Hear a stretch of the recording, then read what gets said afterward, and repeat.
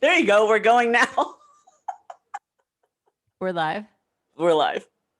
I Damn mean, it, boner we're queen. recording. That could be part of the preview. Oh man. All right, guys, this is going to be a fun one. And it's the first one. First ever, my dream that I've been wanting to do for a while, the S Method podcast. Strong, sexy, successful. That's three things that most of us women aspire to.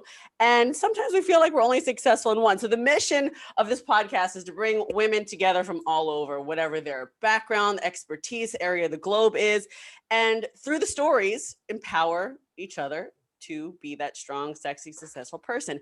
And through those stories, learn what everyone did as their growth process, stepping stones, and bring fire and value. Most of all, we want to have fun. Some things will be a little risque, especially today. Today, none other than the boner queen herself, Allie Gilbert. And I'll have to tell you, Weingroff, Allie Gilbert Weingroff, the boner queen. Yes. I can tell you. You could use either name. Either name, as long as boner's in the middle name. Yes, that I'm going to legally change it to that. And I'm glad I get to pop your cherry today. You did. You are. And I was like, there's a reason why she responded first on the first time slot. She knew that she was the one for the job.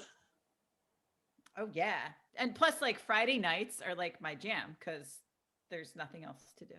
And there's mood lighting. I mean, hey, what else are we going to do in COVID except for like do crazy things to make people laugh? So I want to introduce Miss Allie Gilbert. She's going to do a much better job than I can, of course, because we're going to let her tell us all about her background. But essentially, we all start from the same place, especially in the fitness field. We start off as trainers, and then we have body goals, and then we have clients that have body goals, and then we evolve with education that is far beyond whatever we learned in school.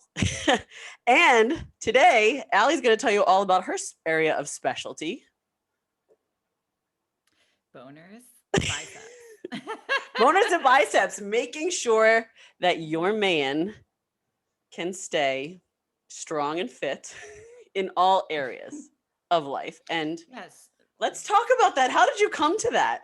How did this become you? Because you were a trainer just like me back in the day. We all started with wanting to have our own biceps. Yeah, like, well, I mean, similar to you, I went to school for exercise science and strength conditioning, which is very rare these days. At least there's not a lot of people that go through that. And it's funny because I was like, okay, I want to be like a NFL strength coach, and I don't know what that entails, but I'm going to do it. And then like I went through my collegiate internship and I'm like, okay, well, they make like 20 grand. So that's out the window because I like money. And leggings. Yeah, so I and leggings. And money for leggings. Support my legging habit, which was awful during quarantine, but we won't get into that. So basically I grew up in Greenwich, Connecticut. It was a very affluent and wealthy town. I was not one of those people, but I grew up with those people. So there's a lot of money, a lot of golf, a lot of people that can afford personal training. So when I came home from college, I worked at World Gym and I started training more and more men. And I was like, okay, well, these are the guys that can afford it. A lot of them play golf. I should probably learn about golf fitness because I played soccer in college. I didn't play golf. I didn't know anything about golf. So I found TPI, Titleist Performance Institute, went through their golf fitness certifications. And I was like, all right, I can now train athletes who can afford training, and that can be my niche. That brought only men because women don't seek out golf fitness. It's just not their thing. And it was all guys. And I was like, a lot of these guys are struggling with their nutrition, struggling with their health. It is so acceptable to talk about menopause and like women's hormones and everything. But I'm like, there's nothing for the guys. Why don't they talk about this stuff? And as you know, men do not go to the doctor. Women listening to this, as you guys know, they're stubborn as all hell. So unless their penis is like falling off or a limb is breaking, they will not go to the doctor. So I was like, all right, how can I play a doctor but not be a doctor? And basically, I just learned as much as I could about hormones, worked with a bunch of doctors, attended medical conferences, presented at medical conferences, absorbed everything. And my business coach was like, run with this, be the person that the men over 30 go to. And I was like, okay. And I grew up with a single mom. So having daddy issues, it really aligned well with the whole profession. That I was like, oh, deal with men. I got it. I can do this. So basically that's how I got into that, was through golf fitness, which brought me guys. And guys will say they want to hit the ball farther, they want to be more mobile, blah, blah, blah. Everybody wants to look good naked. Like, come on. Yeah. You know, the conversation always surrounded that. So with the epidemic of low testosterone and guys not knowing anything about hormone replacement, neither do their medical professionals, I was like, all right, we have to take control of this. And because I am not the wife nagging them, I am not their mom pushing them, but I'm a female who's saying, hey, for you to have erection issues in your 30s is normal, was kind of like, oh, okay, maybe I should take care of this. And hence Boner Queen was born. That's really it. Oh my gosh, that is so awesome. That is so awesome. And you know what? I tried to decline the phone with the sleepy time and it still rang. So we roll with the punches here on Zoom. So I'm sitting here, and of course, for 2 days, I've been so excited about this, practicing and thinking, like, oh, I could be like a boner princess, like an apprentice, because it's so much easier to, like, you don't have to twist a guy's arm to want to look good to bang chicks, whether they're single or married or whatever the case is. Like, you don't have to convince them that this is important to them. It's like a primal human urge and need. So having this conversation with them and becoming basically a subject matter expert as a female about male parts. How was that received? Was it well received? Like, what's it like? What's the I know for you it's normal, but the transition to really becoming established and trying to figure out, how am I going to be taken seriously? I don't have one of these things. It's funny because people ask me, like, okay, how does this happen? Because there's a lot of male trainers who try to train, women in their 40s and who are going through menopause. And they try to train them the way they train themselves. And I'm talking about trainers in their 20s. They look like models, they're shredded, and they're like, oh, Mrs. Johnson, you must prep 9 meals a day. Like, that's not relatable. And I tell them, I'm like, listen, if I can relate to a guy who is into male things and is basically the opposite of the anatomical parts of me, you guys can relate to women. So, I started playing golf, and that helped. But also I read Cigar Aficionado. I am very much into sports cars and trucks, and like, Oh my I'm a gosh. tomboy. Look at my hair. Like, yeah, I'm so into that. So I could have that easy conversation. And I think what they say is that I diffuse the awkwardness about it because I'm so open to talk about it. So it's not like, hi, I'm Allie, how's your boner? It's more like a conversation about, all right, what are your goals? The typical stuff we talk to people about initially. And then it gets into the health. And then I talk about, like, all right, have you been tested for hormones, any hormone issues? Have you had a vasectomy? Stuff like that, kind of pry and make them comfortable. And they start to open up. Obviously, it's not always on the first time. And it's more often than not the DMs, sliding in the DMs on the Instagram. They're like, I've had erection issues and I really don't know what to do. And it's affecting my sex life. Like, what should I do? And this is guys of all ages. And I feel like honored, I guess, that they trust me with this information. But I also feel for them because they have no one to talk to about it. Because again, they're not going to go to the doctor, or if they do go to the doctor, they get handed an antidepressant, whereas it's usually a hormonal issue, or more often than not, especially with this past year, erectile issues are due from stress or caused by stress. And so the stress throughout the pandemic, like, there's guys in their, late 20s and 30s who are even on testosterone replacement, and they're questioning, should I be on more? Should I change my protocol? And I'm like, no, we kind of had like a big world, issue here, and everyone's stressed out. So it's okay, and talking them through that. And then it's become second nature to the point of like, well, this is how the penis works and this is what happens. And it's like, you would think I would get more weird stuff in my DMs, but I've only gotten one dick pic from somebody. And like, oh, how does this stack up to your clients? Like, like, because no, he was like, I think something's wrong with my erection. Can I send you a photo? And before I even answered, I get sent the photo, and I'm like, okay, no, that's not how this works. And then he was like profusely apologizing, and he was in like Indonesia or like Pakistan or something. So there's obviously the language barrier, but otherwise guys are very respectful. And I think because I talk about this at a level that is, you know, medical in a sense, but also Yeah. normal. I normalize it because so many guys have this issue at a younger age. So the more I talk about it, the more it normalizes it.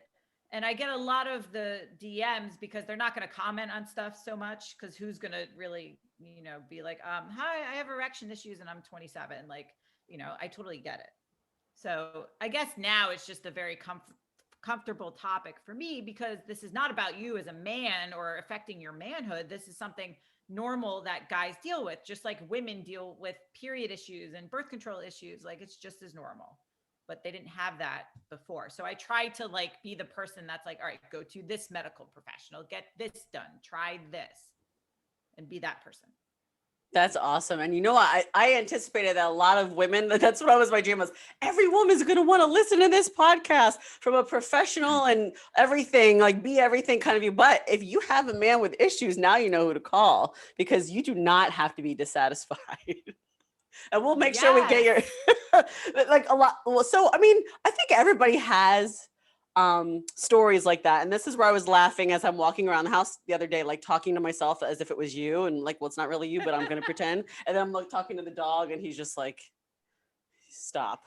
So I was thinking, I'm like, everybody has those stories, and it's so not outside of fitness, because, you know, growing up and, you know, wanting to do everything, I wanted to be an orthopedic surgeon, then I wanted to be a physical therapist, and I settled with athletic training, and then I became a strength coach. And then being in that environment, it was cool to be one of the guys as like an athlete type / coach. But now going into this and then bringing like the woman feel back, because I fell into the athlete mode where I was like a robot. Everything I did was for meals and cardio and just being 8% body fat. And then coming back full circle with this 2020 year and being like, you know what? The genesis of this is all because I feel like a female again. And that, you know, whatever, that's all hormonal and whatever mostly. But when I look at the people that I want to be able to benefit from this podcast, it's definitely women. But now I hope the men are listening. I was going somewhere with that. Where was I going with that? Oh, the fact that we have stories. So as a consumer, I'm sitting here laughing as I'm walking around the house, thinking about all the stories. I'm like, should I share this one? Should I not? Because you mentioned that this is so embarrassing for me. Okay, but I'm gonna say anyway, because that's what it's about. You mentioned that some of these guys are 27. Well, never had a problem with anybody that young, but I've noticed myself, two people at the age of 40, like it was just like, is it me? Two? In the same week? Now I really sound like a terrible person. But I'm like, am I the Black Widow of penises over 40? What is happening? And then, you know, whatever. And so I'm thinking, I'm going to go home now. But think about it. No, it's not you. What is it? What is really happening? Because for all you women out there that are our age, you don't have to speak up now, but slide in the DMs. For the guy at 40 years old and up, what is physically happening that like that happens? Like, really? They tried to say that the condom kills it. Maybe it does, maybe it doesn't. I think that's mindset, but I don't know. I don't have a penis, so I wouldn't know. Yeah, I mean, I can't speak for that, but you know, the erections are like this very synchronized orchestra of physical events is the best way to explain it. So there's three things that affect it, the three main things. One of it is blood flow. So obviously, if you have someone who has high blood pressure, who's very unhealthy, that's going to affect the blood getting into the proper areas of the penis to fill it up to make it hard. The other one is the brain, and that's where the stress comes in. So obviously, you know, the analogy that I use with guys is if you're on a computer typing and you've got a deadline in 10 minutes, you're trying to get something out, and your girlfriend or whoever walks by you naked, to shift gears and all of a sudden be in mode to have an erection and want to have sex is extremely difficult if a guy is hyper focused on something and extremely stressed out. Because in order to achieve an erection, the guy has to be in parasympathetic modes, which is rest and digest. Ejaculation is sympathetic because that's like, boom. But parasympathetic, they have to be in like a very unstressful environment. So to shift that gear is very difficult for them.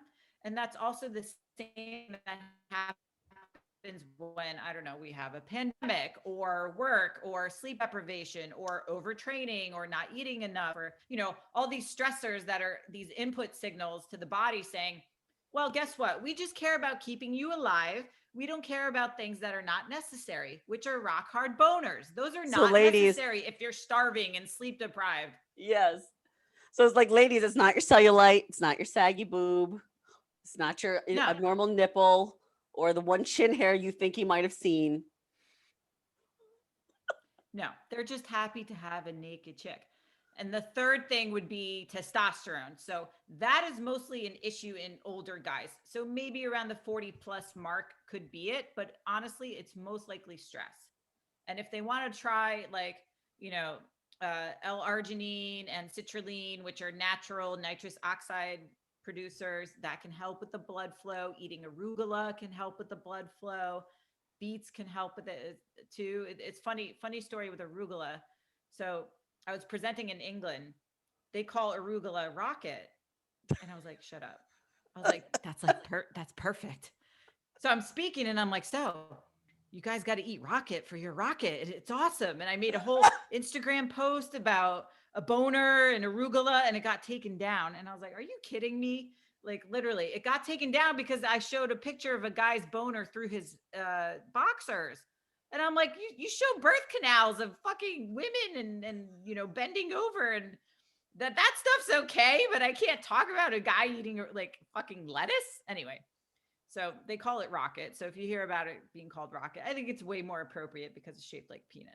So Oh get your my arugula on. gosh. That's why people tag me in like arugula and everything. Oh my Somebody asked gosh. like, why do people eat all this lettuce and tag you in it? I'm like, it's good for boners. Oh my gosh. So what if you're a So yeah, female and you eat ladies, it's arugula? not you. And you said It's not beets, the and I'm same. having a Like you can flashback have, to my dad talking about beets. My dad loves beets. My dad is 78, and I'm like, oh my God, why is he eating beets? I mean, he should, because different yeah. vein and artery issues that he's had with his heart and things like that. So maybe he needs more oxygen. But I'm like, Dad, now I have this vision of my dad eating beets and my dad facilitating a boner at 78 years old eating beets. I hope my mom's not listening. I hope she is. That'd be she awesome. maybe she would have gotten bored after the last 5 minutes. First be like, oh, I gotta turn on Judge Judy now. She's more fun. She fights with people. Oh my gosh. So But like honestly, too, like it's not the women. And honestly, like yeah, if the guy if the guy loses his erection or he just can't get it up, don't talk to him about it. He's already embarrassed enough. Let him do his thing, just don't think it's you. Don't get upset because he's likely in his head extremely embarrassed that he can't fulfill you and satisfy you and show that he's a guy. So, yeah, and it takes a strong guy to say, like, like, I don't have it, or something's up, right. because just, I mean, just not all men are the same, but to admit to anything, no matter who you are, is a hard thing. So yeah, for the ladies listening, we got to work on the approach if it's concerning you. But at the end of the day, like, there are resources. So you all were probably, the way this is going to be advertised, of course, women in entrepreneurship, and this is a very special niche market of men under a female's guide. So what is that like, growing a very successful business? That's like, if you think about the business side of things, what is that like? Because it makes sense. Like, oh, a girl with fitness, and I just happen to have boobs and a bubble butt, and I just happen to have a fit tee and a waist trainer. Like, that's just like normal. But this is a completely different, like, way to blaze the trail, similar to when Jen Welter became an NFL coach, and then there's more along the way that have followed in her footsteps, and Sarah Thomas as one of the. Oh my God, it would be amazing to have them on the podcast. Jen and Sarah, I Yeah. absolutely adore Sarah. But as other women have in areas that are traditionally, like, you don't think of women being trailblazers, like, what is it like building a business in a male dominated type of expertise or world? it's funny because like one of my good friends, Dr. Jade Tita, is a strength coach and a naturopath. Yeah, love Jade. I've known him forever. And he specializes in women's health. And I'm like, all right, if he looks like a gorilla and can specialize in women's health, like it just makes sense that I can do this for the guys. And honestly, I started talking a lot about men's and women's health and hormones, but it was my business coach who was like, nobody does the men's health stuff. Be that person. So I was like, okay. It never really occurred to me that it was in a male dominated world because we were already in that world with the fitness industry and the strength conditioning stuff. So I was like, all right, this is really fun. And it was also fun because to get on stage, talk about this and the shock value and making people laugh, I love that. Because I can tell you 3 years ago at the PGA show which is like the world's biggest golf show in Orlando every year. Thousands of golfers, golf pros like attend this. So picture this exhibit hall, which is like, I don't know, 300,000 square feet. And TPI has a stage for golf fitness presentations. And it's like the entire exhibit hall, like people roaming all over the place. I'm like, all right, how am I going to get their attention? So I walk up on stage, they put the mic on, they introduce me. People are still talking and mingling. And I'm like, penis. Like I yell it so fucking loud. And people are like, what the fuck? I'm like, all right, now that I have your attention, that's exactly what I'm going to be teaching you guys about. And they're like, what? And so you have to add humor to it, right? So I think there's a part of us that has like the 12-year-old humor, like, oh, she said boner. She said load. And it helps diffuse it to being awkward, because like medical doctors are so like, this is your erection and blah, blah, blah. And like, I'm like, yo, that's your boner and you're going to need it. You're going to need a hard on. So I don't know how else to explain it other than it's really fun. And I think the fact that I can post things in a way that provides humor, but also, actual like information they can use makes them trust me. And the fact that I can also speak to what they're experiencing, because I know just through training these guys and getting to know them that like these are very personal issues that they're going through that other guys are going through too. Because they'll say like, this is probably like TMI, Allie, but when I ejaculate, it doesn't all come out.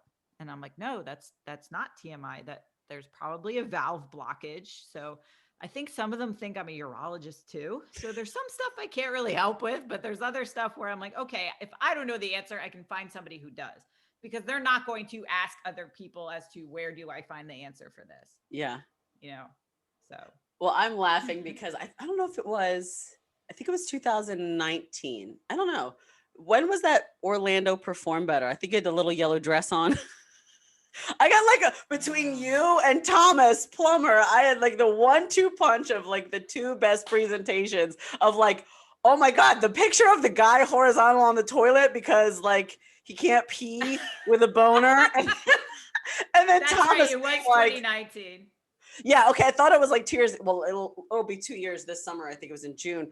And then Thomas being like, you suck if you're not relentless and going all in. What the hell are you doing with that? So his talk was awesome. I'm like, this is the best conference in a long time. And I only went to to be honest, like 2, maybe 3 of the actual talks because I drove up from Miami to Orlando. My parents live an hour from Orlando, so it was easy to do the kill 2 birds with 1 stone thing. I remember that, yeah. But I was sitting there and I'm like, I wonder if she'll notice if I'm that creeper taking a picture of the guy laying. No idea. Face down on the toilet with a planking. No, people ask me for that slide all the time. I'm like, yo, just go. It's on Google.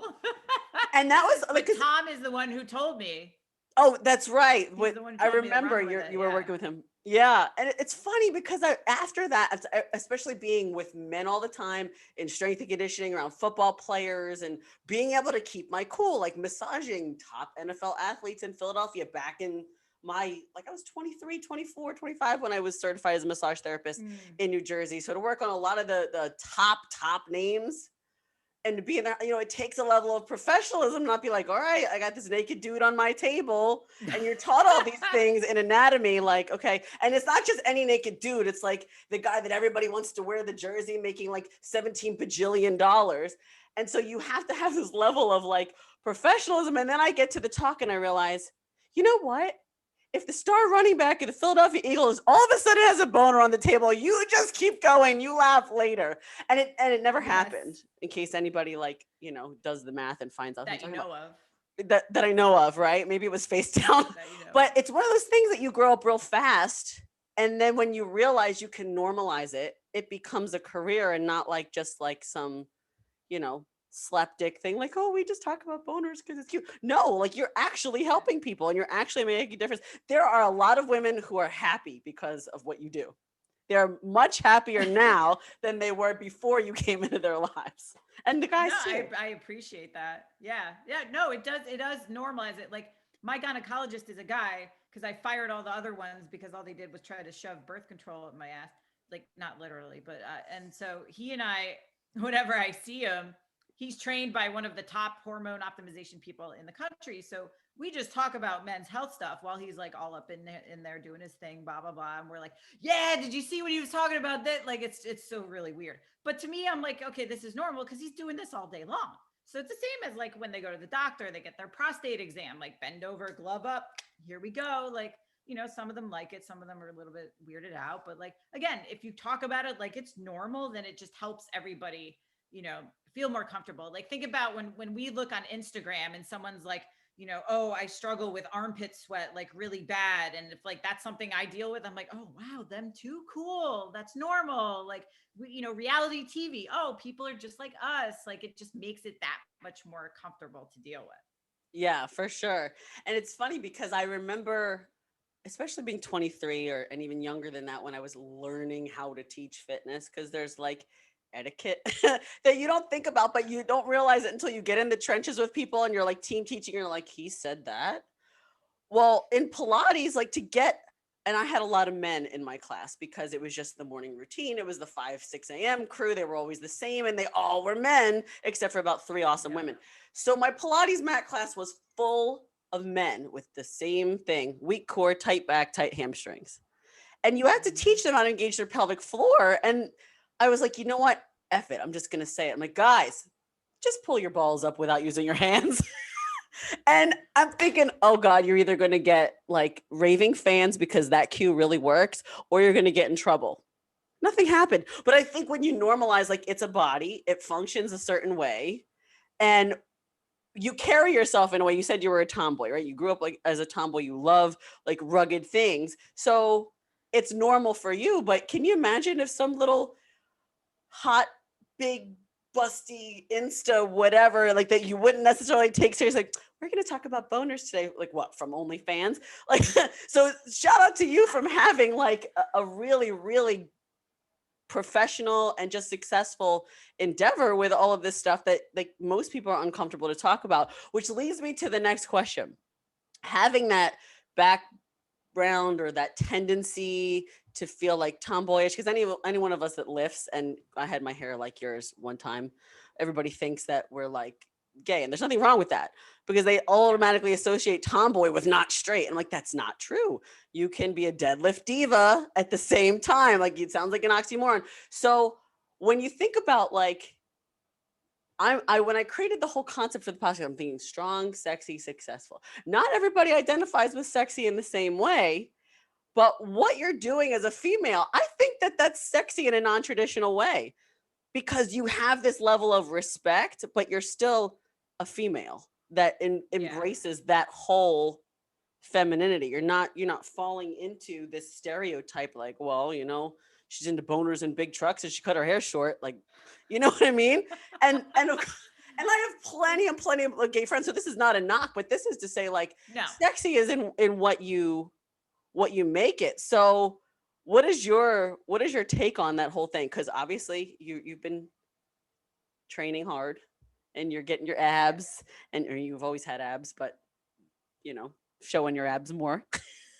And like, what is your whole aura around strong, sexy, successful? We covered the successful part, but What else are you doing in those other areas? So I love this question because I don't think I've actually been asked that. So I actually had my hair cut in a pixie style 10 years ago, and then I grew it out, and I have hair ADD. So then I'm like, you know, I feel like I'm a little bit eccentric in the way that, like, I love like motorcycle jackets, hot pink, like shit like that. So I'm like, I'm gonna go back to a faux because it feels more me. And now I feel more like myself than I ever have with the long hair. I just can never do the long hair.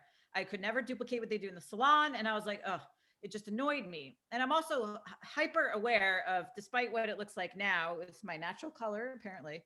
But I've been blonde most of my life. So I know what the perception is of somebody who is blonde and not completely ugly can be. So you have to hype up the intelligence factor.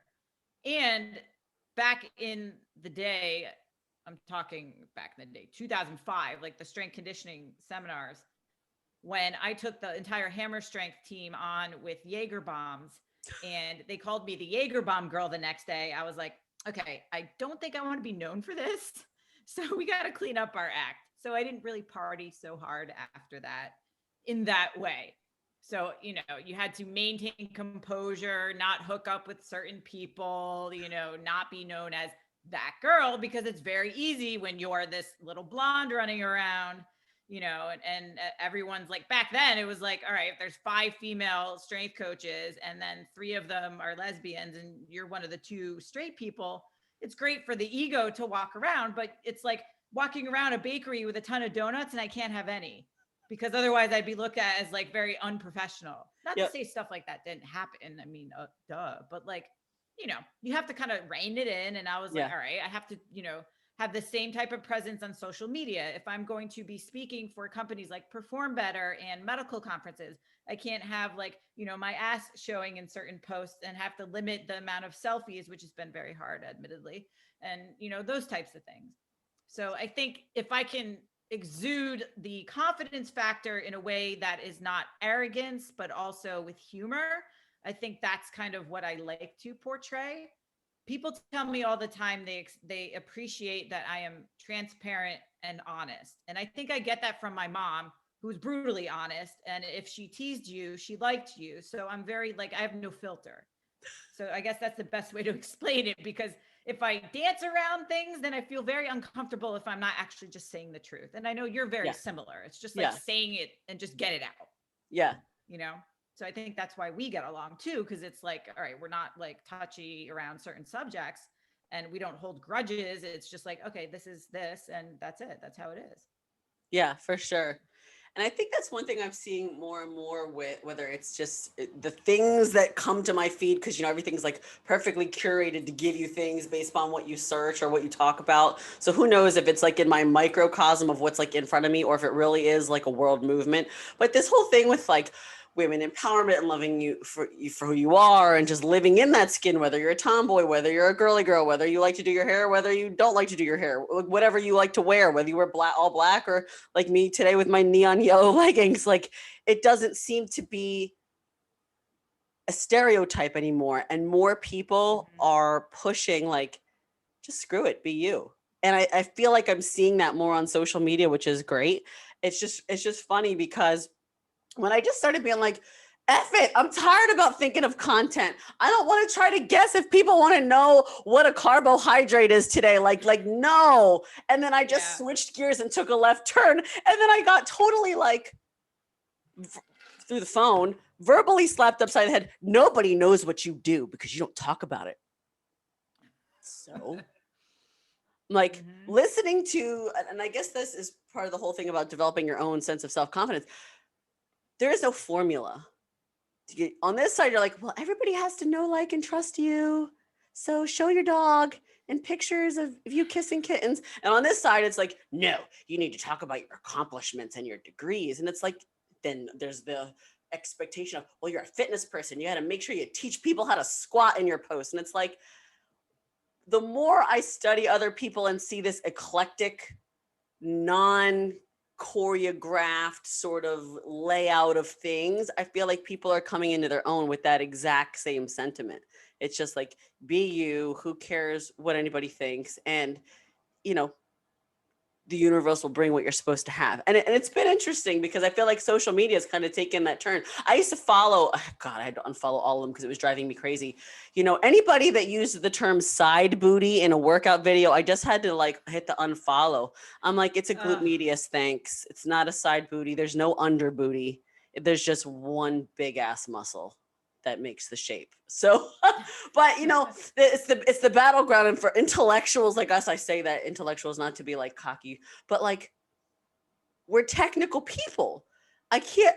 I sometimes it's so hard to dumb it down to be like, well, this is your side booty. This is your hip dip. I'm like, what the hell is a hip dip? I've studied anatomy since like 1996. What the hell's a hip dip? So I'm like literally Googling things that I think. I was like, huh? I heard that and I was like, what? Like, yeah, and there's so much garbage out there. And the thing is too, all right, could we be like half naked and do that for likes? Absolutely. But that doesn't Do OnlyFans. People. Yeah. OnlyFans, I'm sure. Make a ton of money. Great. That is great. That's one thing, like 15 years ago, I was like, I will not be that girl because I could easily be her and I didn't want to, because nothing upsets me more also when you meet somebody in person after seeing them on social and they're completely different. I hate that. And I'm like, oh, this person's like a freaking introvert. Not that that's bad, but I'm like, you can't pretend you're one person and then all of a sudden that's just a facade and that's not the real you. I want the person to be the same as, you know, who we meet on social. And we didn't even have social media back then. Mm-hmm. So it's like I remember cold calling people at colleges who spoke at NSCA. I'm like, hi, can I have your slides? Do you have email? Can you email them to me? Like, and now it's like people in your DMs that want free advice and all that stuff. And yes, we have to provide free content. Of course, we want people to trust us. And that's the thing, is that it doesn't provide, me showing my body or you showing your body doesn't provide trust to people. So I don't want to be known for looking a certain way. I want to be known for what I can provide for people. And it's harder and harder to siphon through what is BS and what isn't on Instagram because of the booty bands and the side hip dip. I can't keep up. I feel old. Do you know what I called a hip dip? That's what I used to call a side plank when you would like do the dips. I didn't think that a hip dip was that's right. Like, that's my version of hip dip. So I'm like, what is she talking about? So I'm looking at this like teeny bopper with 17 million followers talking about hip dips. And I'm like, I never learned this in school. What does she know at 19 that I don't know after 20 years of experience? So I had to do some. Yeah, I Googled that. I was like, I don't know what this is. Like, I have no idea. Oh my gosh, this is hilarious. So for those listening, we're going to wrap up in a second, but I'm hoping that you can take the whole entire picture, right? So we covered a little bit of like, what's it like to be a businesswoman, essentially, because that's what we all are when we run our own business, but in a trailblazing way that is different than the norm. And it feels right at home when you're aligned with where you're supposed to be, but also really defining the rest of that for yourself, what you believe and what you stick to as being authentic and strong, sexy, successful, but still being true to you, like on and off the social media. So to wrap everything up, what is something, it could either be to your old self or to a new up and coming trainer, coach, anyone aspiring to be the Boner Queen apprentice one day, what's the best advice that you either didn't have that you wish you knew or that you just want to offer to someone, just to, in whether it could be business related, it could be confidence related, because we all have struggled with something that now maybe we mastered and we're like, oh God, I want to tell somebody else this. Probably to not be afraid to share your struggles and be transparent with it, because authenticity goes a long way with trust. And you know, I've shared, I had breast implants and got them out. I overdosed on thyroid meds, went to the ER, like stupid shit I've done, drugs that I've done, like experiences that I've had, you know, everything aside from my sex life. Like, you know, I don't mind. I'm an open book, because then people are like, oh my God, I'm so glad you talked about this, because I've had this problem. similar with the guy stuff. I can't say I have had erection issues personally, but because I talk about it from the other guy's standpoint, then they gain that trust. And I want to say, like, don't worry about what people think of you, because I think anyone who says they don't care is lying, because we all care what other people think. I take it very personally if somebody's upset with something I said, or if I've offended somebody, which I tend to do a lot just based on my jokes, but that's really our society from now till back then. People are more offended than others. But I think, from a business perspective, if you find something that you're good at, make that your niche, and then learn everything you can about that one thing, whether it's working with women who have PCOS, working with moms, working with people who are pregnant. Those are things that I have no idea about that I refer out. So be that person. If you want to be the women's over 40 fat loss person, be that person, because everyone can find a generalist fitness professional, and we can find them more now, more than ever, online and wherever. But the specialists, those are the ones that have taken the time and energy and money to learn about everything possible to be able to help serve that person. So I think finding that niche would be the best advice I could give. That Because I is didn't have awesome business advice. coaches when I was younger, like I had with Tom, and I met Tom in 2012. And a few years later, he's like, you're in the wrong relationship. Stop posting about women's health. So I had to break up with the guy I was with, which I knew was a problem, and then kind of reframe my presence on social media. He was like, stop with the selfies. Tom, he's like more honest than anyone I know. And he's like, help your people. Selfies doesn't help people. Help your people. Talk about men's hormones. Do this, clean up your act, blah, blah, blah. And I did. And it worked. And so I wish I had that when I got out of college. Because when we got out of college, we're like, where do we go? I want to drink. I want to party. I don't know what I'm doing. New York City. Yes. Many Tunnel and stories. exit. Yep. Oh man, I miss those places. Not really. Oh my Like, goodness. what Well, time I is just it heard now? It's Tavern on the like, Green closed, so that was sad. yeah, I know. So many places have closed, but it's like, it's not even 6 p.m. And we would probably be like at the mall getting an outfit for the night. We wouldn't even go out till 11 or 12. Like, I don't know how we did that. I don't know either. And I remember coming home from college, getting ready, and it was like on a Thanksgiving break or something. I was like, "Where are you going?" I'm like, "Out." She's like, "It's 10:30." I'm like, "This is normal." Now I'm like, Yeah. 8 o'clock rolls around. I'm like, "Oh man, I forgot to throw the laundry in," and that's like the worst thing ever, because all I want to do is sleep and unwind Yes. with, like, I don't know even know what. I don't even. Need to make the time to read more, but like I just have all these like old lady goals now, and I don't even care that I'm not fun. I I'm know. fun in my own way. I know. And I thought I would never be that person. I'm No. going to go clubbing till I'm like 50. Yeah. Okay. That really worked out. I know. I remember when I was 23, I was like, I want to own a nightclub. I want to be in the DJ booth too. And now I'm like, oh my God, I can't even be like 7 feet, times a bajillion.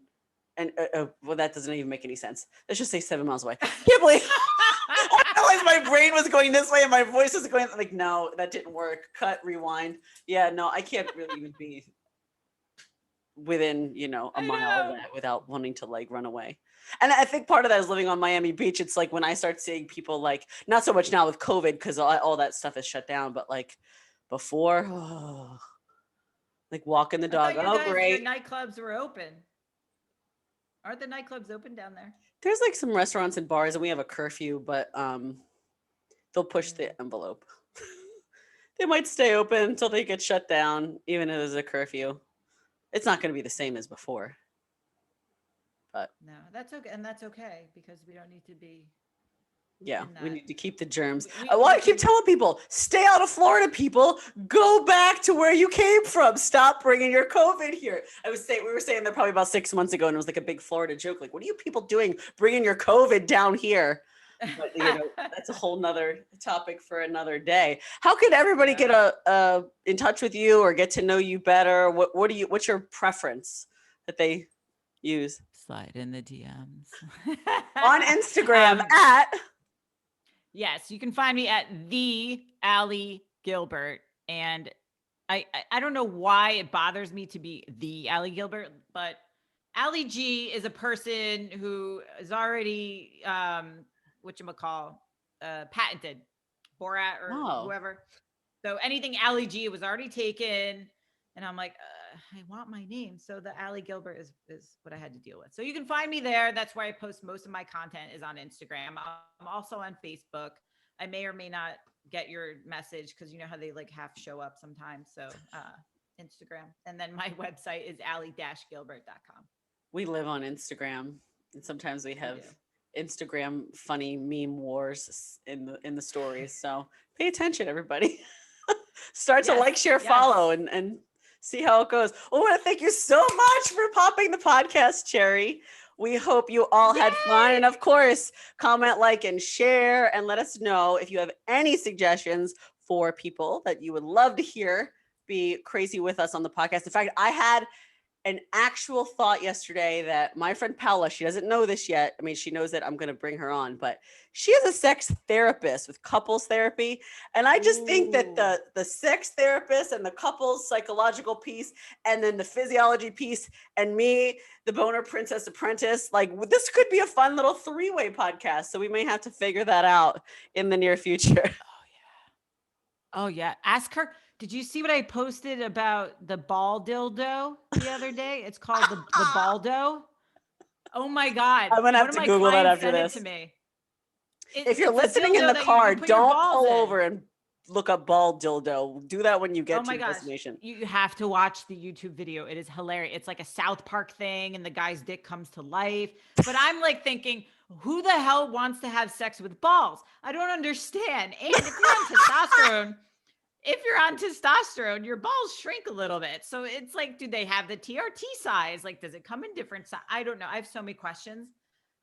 Oh my gosh. Anyway, we'll have to have a part 2 because she's the one who, when I sent you that picture of the crocheted penis, when we were at this, she normalizes it too, right? We were at this Epic Talks. It's a networking event here in Miami. Melissa, who started it, I'm trying to bring her on the podcast too, now that you paved the way.